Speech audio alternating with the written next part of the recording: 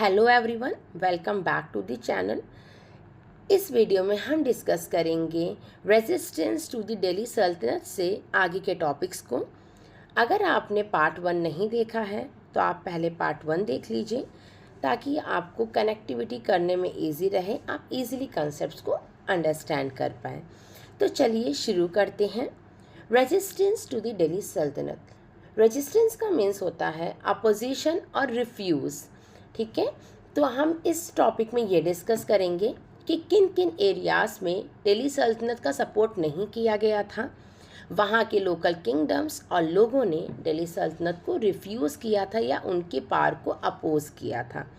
चलिए शुरू करते हैं। Throughout its rule the Delhi Sultanate face resistance from many quarters while many kingdoms fell into its net। जैसे जैसे दिल्ली सल्तनत अपने रूल को स्प्रेड करना चाह रही थी तो बहुत से एरियाज़ में लोगों ने उनका अपोजिशन किया, लोग उनके अगेंस्ट भी रहे हैं और दिल्ली सल्तनत कहीं ना कहीं कुछ एरियाज़ को कैप्चर नहीं कर पाई है। इनमें से एक बहुत इम्पॉर्टेंट एरिया है ईस्टर्न गंगा किंगडम का, जो कलिंग का पार्ट है और अभी करेंटली ये पोर्शन कवर करता है उड़ीसा, बंगाल और आंध्र प्रदेश के कुछ एरियाज़ को। One of its ruler in the middle 13th century, Narsingh Dev first, also spelled Narsingh Deva first, was noted for the military strength and the cultural brilliance he brought to the kingdom। अब यहीं पे हमारे जो eastern Ganga kingdom है, इसके एक बहुत important ruler थे नरसिंह देव फर्स्ट, जिनको नरसिम्हा देव फर्स्ट भी बोला जाता है। ये बहुत फेमस थे अपनी मिलिट्रिकल स्ट्रेंथ के लिए और अपने अच्छे कल्चरल डेवलपमेंट के लिए अपने किंगडम में। Apart from repelling multiple inroads of the sultans, he defeated the Delhi sultanate governor of Bengal.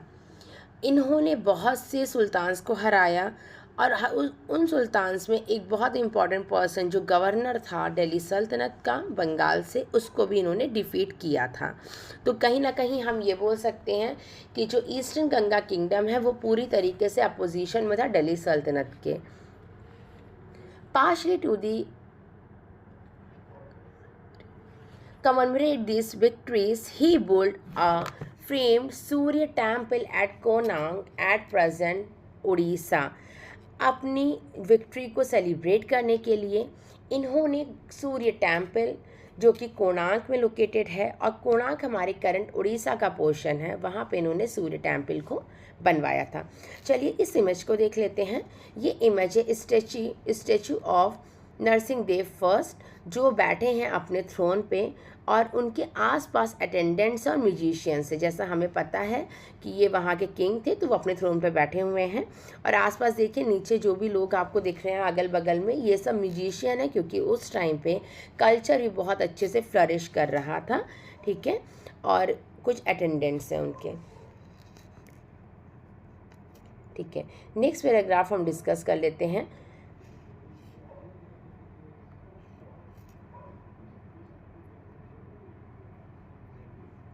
The mentioned earlier Alauddin pushed to the south, attracted by its renowned wealth। जो अलाउद्दीन खिलजी था उसने भी साउथ की तरफ स्प्रेड करवाया था।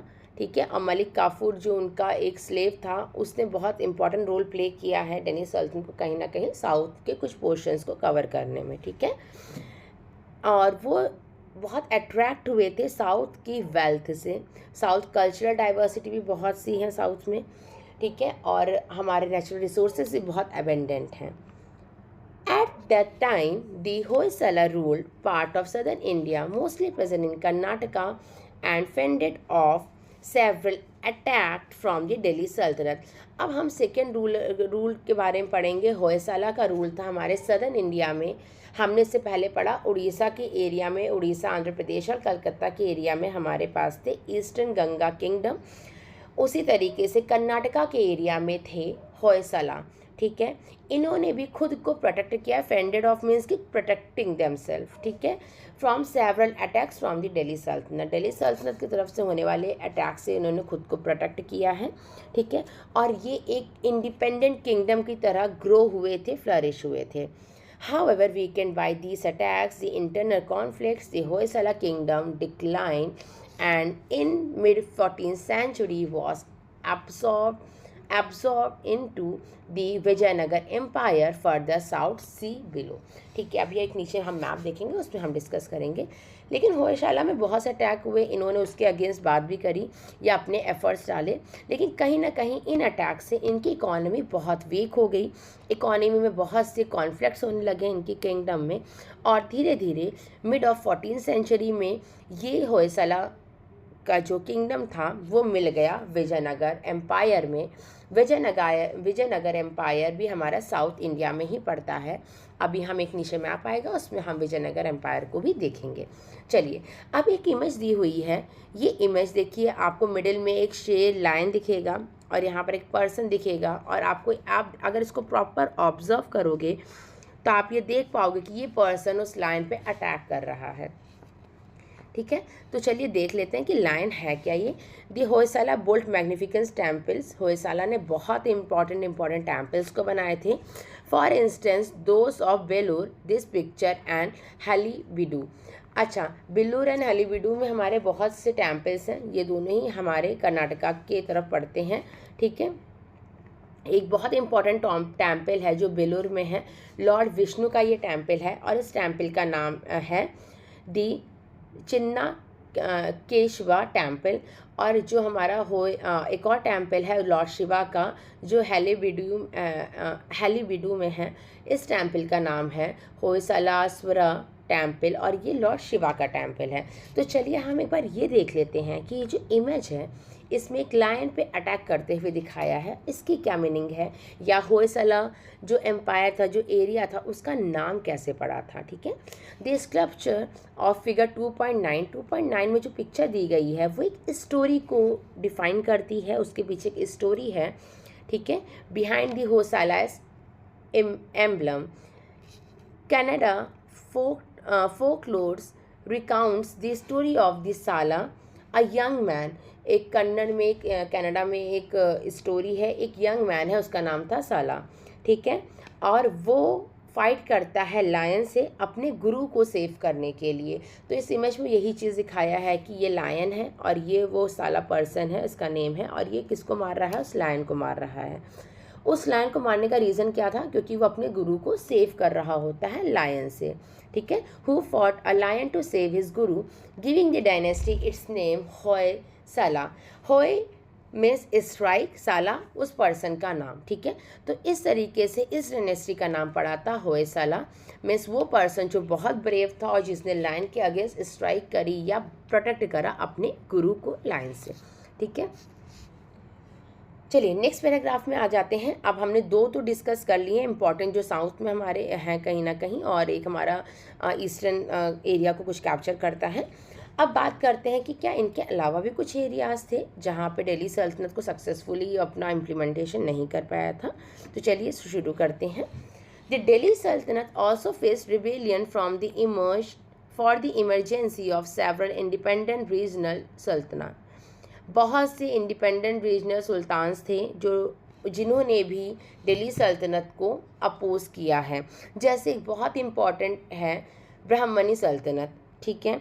For instance rose in mid 14th century, Bahmani Sultanate 14th century की mid में ये बहुत अच्छे से फ्लरिश करता है और कंट्रोल करता है बहुत से इंपॉर्टेंट एरियाज़ को जो डेक्कन के हैं, ठीक है। Powerful sultanate also emerge in Gujarat and Bengal. ये सल्तनत अपना गुजरात और बंगाल में भी कहीं ना कहीं थोड़ा बहुत स्प्रेड हो है। Other region leading to the complex interplay of alliances, a frequent wars, parts of Rajasthan also remain beyond the reach of the Delhi सल्तनत। अब हमारा राजस्थान का भी कुछ पोर्शन है जो दिल्ली सल्तनत के कंट्रोल में नहीं आ पाया था। In the 15th century, it faced stiff resistance from Rana Kumbha, Rana, अच्छा जो टाइटल का यूज़ होता है राणा, जनरली हम लोग राजपूत किंग्स के लिए इस टाइटल का यूज़ करते थे। तो 15वीं सेंचुरी में दिल्ली सल्तनत के अगेंस्ट थे Rana Kumbha, the ruler of Mewar kingdom, और वो उस टाइम पे मेवाड़ किंगडम के एक बहुत इंपॉर्टेंट रूलर थे, who was successfully repelled invasions from these later sultanates। ये सक्सेसफुल हुए थे और इन्होंने दिल्ली सल्तनत को वहाँ पे अपने एरिया को कैप्चर नहीं करने दिया था। चलिए अब ये देख लेते हैं, ये है हमारा बहुत ही सुंदर सा फोर्ट, खम्बलगढ़ फोर्ट। खम्बलगढ़ फोर्ट हमारे अरावली हिल्स में लोकेटेड है। अरावली हिल्स का इस पर जनरली हमारे राजस्थान में मेजर पोर्शन पड़ता है। रिसेंटली अरावली हिल्स हमारी करंट न्यूज़ में भी थी क्योंकि इसको काटने की बात की जा रही थी। अगर आप सोचो अरावली हिल का डिस्ट्रक्शन कर दिया जाएगा, इसको डैमेज कर दिया जाएगा, इसको काट दिया जाएगा, तो हमारा जो थार डेजर्ट है ये अरावली हिल हमको प्रोटेक्ट करती है। एक बैरियर है हमारे नदर्न इंडिया और थार डेजर्ट के बीच में, ठीक है। तो अगर हमारा अरावली हिल का डिस्ट्रक्शन कर देंगे तो बहुत सा डेजर्टिफिकेशन हो जाएगा हमारे नॉर्थ की तरफ, दिल्ली वगैरह की तरफ डेजर्टिफिकेशन हो जाएगा, ठीक। सो इसके अगेंस्ट लोगों ने मतलब कि बहुत सा बोला कि हमको अरावली हिल को डिस्ट्रक्ट नहीं करना है, ठीक है। तो चलिए इतना ही बहुत इंपॉर्टेंट है अभी आपको जानने के लिए। अगर हम अरावली हिल की बात करें तो राजस्थान में मेनली इसका पोर्शन आता है, लोकेटेड है, ठीक है। और यहाँ पे बहुत से इंपॉर्टेंट फोर्ट्स बने हैं जिसमें एक इंपॉर्टेंट फोर्ट है खम्बलगढ़ फोर्ट, ठीक है। अच्छा, खम्बलगढ़ फोर्ट है ये राणा कुंभा ने ही बनवाया था और ये अरावली हिल में है। और राणा कुंभा बहुत अच्छे स्ट्रॉन्ग रूलर थे मेवाड़ किंगडम के। A prominent Rajput kingdom in the central and southern part of India Rajasthan. Generally इन्होंने इन राजस्थान के सेंट्रल और सदर्न पोर्शन को कैप्चर किया था। Surrounded by forest and step slopes, it is famous for the massive 36 kilometre long wall.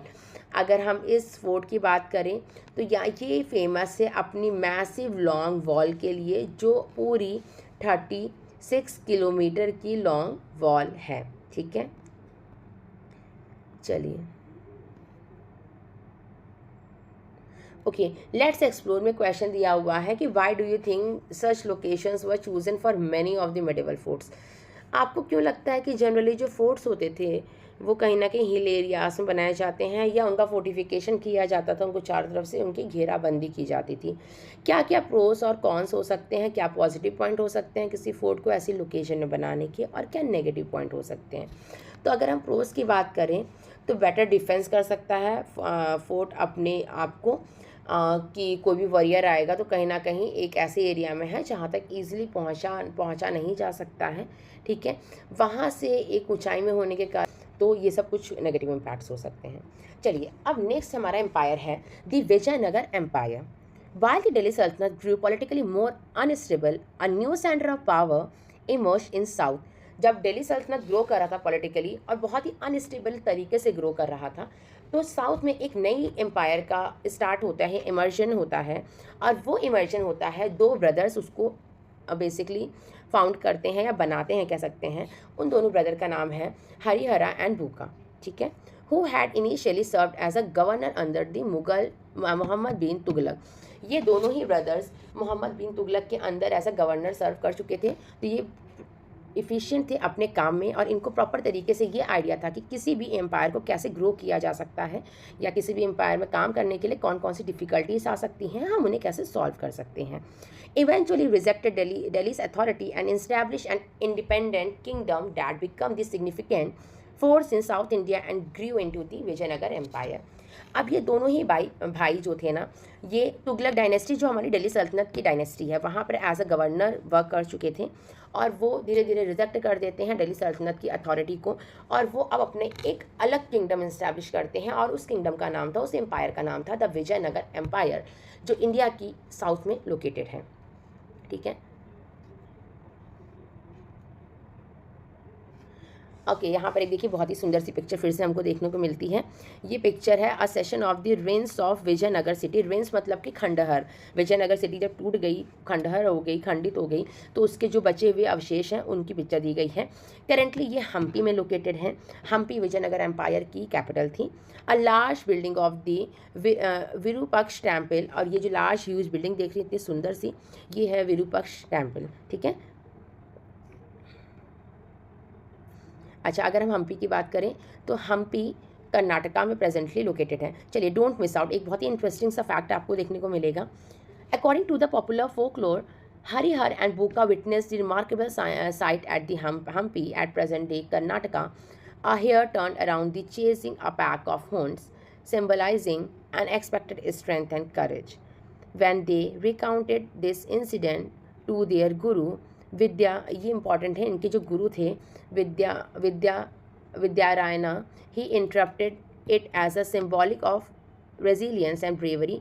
जो इनके गुरु थे, इन्होंने ही इन दोनों भाई को इंस्पायर किया था। उनका मानना था कि तुम लोग बहुत ब्रेव हो और तुम लोग खुद अपना एम्पायर इस्टेब्लिश कर सकते हो, तो क्यों तुम दिल्ली सल्तनत के अंदर काम कर रहे हो, तुम क्यों नहीं अपना एम्पायर खुद इस्टेब्लिश करते हो। तो फिर इन दोनों ब्रदर ने, हरिहर एंड भूका ने, इस्टेब्लिश किया था विजयनगर एम्पायर, जो कर्नाटका वाले एरिया में है, सदर्न साउथ इंडिया की तरफ है। ठीक है। और इन्होंने अपनी कैपिटल बनाया था हम्पी को। चलिए आगे डिस्कस करते हैं। In the north of Vijayanagar Empire, the Brahmani Sultanate was a major rival. अगर हम मैप में बात करें, चलिए मैप ही देख लेते हैं पहले। हम आप देख सकते हो नीचे की तरफ हमारा विजयनगर एम्पायर है, इससे ऊपर जो भी है ना ऑरेंजिश एरिया, पिंक और ऑरेंज का जो कंट्रास्ट है, ये है हमारा ब्राह्मणी सल्तनत। ठीक है।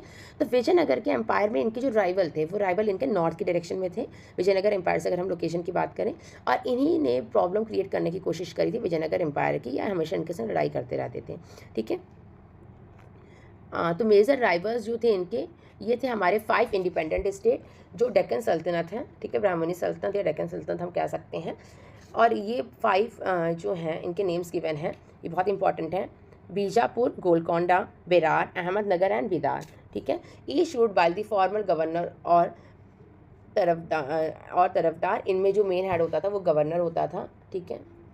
Who declared autonomy, autonomy mean sole right, या जिन्होंने डिक्लेयर करा था कि हम अपना काम खुद ही देख लेंगे। The Vijayanagara empire ruled battles with the first 2, पहले विजयनगर एम्पायर ने बैटल फॉट करी थी बीजापुर और गोलकांडा के साथ, as well as with the Ganapati ruler in the Orissa in the east.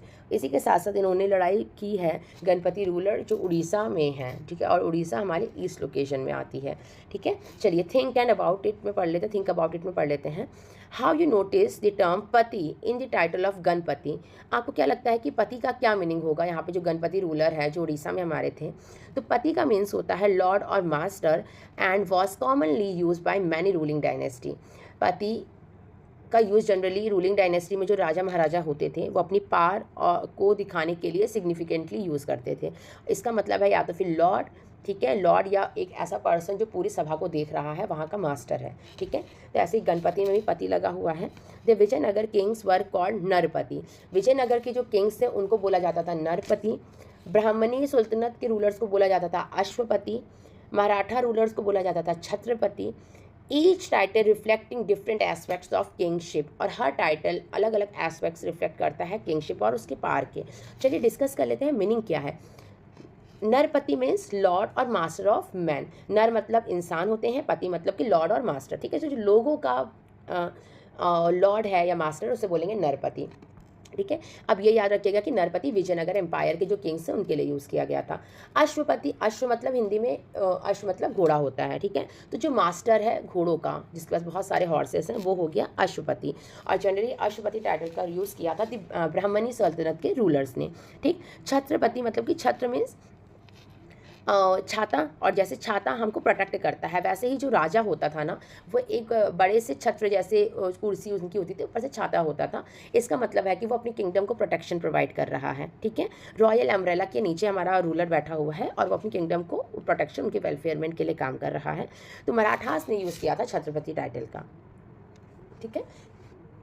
अब ये देखिए हम लोग देख चुके हैं मैप। इंडिया के साउथ में, साउथ पोर्शन में हमारा विजयनगर एम्पायर है, और उसके ऊपर हमारे 5 ये डेक्कन सल्तनत और ब्राह्मणी सल्तनत जिनमें डिवाइडेड था। ठीक है। वो दे रखा है। ऊपर हमारा बेरार है, अहमदनगर, बीजापुर, बिदार एंड गोलकोंडा। ठीक है, अब एक लास्ट टॉपिक आज का हम डिस्कस कर लेते हैं, Krishnadevaraya. In the 16th century the Vijayanagara empire reach to its peak. जब हम विजयनगर एम्पायर की बात करते हैं तो 16th सेंचुरी में विजयनगर एम्पायर बहुत फ्लरिश हुआ और अपने पूरे रूलिंग पीरियड में वो एक पीक टाइम पे था, बहुत ज़्यादा अच्छा कर रहा था 16th सेंचुरी के टाइम पे। इसी टाइम पे जो वहाँ के रूलर थे उनका नाम था Krishnadevaraya, who expanded and secured the empire dominance over the Deccan. और इन्होंने डेक्कन एरिया में अपने एम्पायर को एक्सपेंड किया है और उसको प्रोटेक्ट किया है और दूसरे लोगों से। Under his rule the empire achieve both military power and the cultural renaissance. इनके टाइम पे जो हमारे एम्पायर था, इनके टाइम पे जो पूरा एरिया था वहाँ पे कल्चरल डेवलपमेंट भी हुआ है और मिलिट्री पावर भी बहुत स्ट्रांग हुई है। had patronized sport the scholars in Sanskrit, Telugu and Kannada. He himself composed an epic poem in the Telugu. इन्होंने एक एपिक मतलब कि जो पुरानी पोम है उनमें से बहुत ही एक इनकी कन्नड़, तेलुगु और संस्कृत में इन्होंने एक पोम को, इन्होंने तेलुगु में एक पोम को खुद से कंपोज किया था। उस पोम का नाम था अमुक्त माल्यादा। ठीक है, on the story of Tamil poet saint Andal. और ये जो स्टोरी थी ये बेस्ड थी एक तमिल के पोर्ट सेंट में, पोयम सेंट मतलब कि जो हमारे साधु संत होते हैं उनकी स्टोरी थी ये, अंदल जिन सेंट का नाम था। ठीक है, सेंट का नाम था अंदल और इसको कंपोज किया था कृष्णदेवराय ने और इस पोम का नाम था अमुक्त माल्यादा। ठीक है, one section of the work in the इस राजनीति। और इस पोम में एक सेक्शन था, उस सेक्शन का नाम था राजनीति के बारे में, वो सेक्शन था राजनीति मतलब कि जितनी भी रॉयल पॉलिसीज होती थी उनके बारे में उन्होंने लिखा था। Where he expounded his idea of good governance. और जिसमें उन्होंने ये बताया था कि एक एरिया का गुड गवर्नेंस कैसा होना चाहिए, लोगों को कैसे कंट्रोल करना चाहिए, कैसे प्रोटेक्ट किया जा सकता है। Krishnadevaraya provide grants to many temples including Tirupati in Andhra Pradesh and Vitthala temple in his own capital Vijayanagara. जो कृष्णदेवराय थे इन्होंने बहुत से टेम्पल्स में ग्रांट दिया है, जैसे तिरुपति हम जानते हैं बहुत फेमस टेम्पल है जो आंध्र प्रदेश में लोकेटेड है, और विथला टेम्पल है। ठीक है, इन दोनों ही टेम्पल में इन्होंने बहुत अच्छे से ग्रांट दिया था या उनके डेवलपमेंट में बहुत हेल्प करी थी। ग्रांट मतलब होता है दान पुण्य करना। ठीक है, अच्छा अगर हम ये देखें तो ये है हमारा विथला टेम्पल। ठीक है, और ये है विथला टेम्पल का महामंडपा। देखिए आप पहले तो इमेज को देखो, कितनी सुंदर इमेज है, एंशिएंट टाइम पे इतनी प्यारी कार्विंग की जाती थी। ठीक है, अच्छा ये है विथला टेम्पल का महामंडप। ठीक है, महामंडप मतलब कि बहुत ह्यूज ग्रेट हॉल होता था। ठीक, अच्छा अगर हम मिथिला टेम्पल की बात करें तो इस टेम्पल में टोटल 56 पिलर्स हैं और इन पिलर्स के लिए ये फेमस भी है टेम्पल। इन पिलर्स को बोला जाता है म्यूजिकल पिलर्स। ठीक है, कुछ और इन्फॉर्मेशन हम लोग मिथिला टेम्पल के बारे में देख लेते हैं। Vitthala temple is located in Hampi Karnataka में भी करंटली लोकेटेड है। ये बिल्ड हुआ था इसका विजयनगर एम्पायर के टाइम पे, और इस टाइम पे जो रूलर थे, जो पावरफुल रूलर रहे हैं कृष्णदेवराय, उनके टाइम पे इन्होंने बहुत से डोनेशंस किए हैं टेम्पल के डेवलपमेंट में। यहाँ पे हम लोग विट्ठल गॉड मतलब कि गॉड विष्णु की पूजा की जाती है। यहाँ ये टेम्पल फेमस है अपने चैरियट्स के लिए, स्टोन चैरियट्स यहाँ पे बने हुए हैं और 56 म्यूजिकल पिलर्स हैं। ठीक है, और बहुत ही अच्छे ग्रेनाइट स्टोन से इस टेम्पल को बनाया गया है।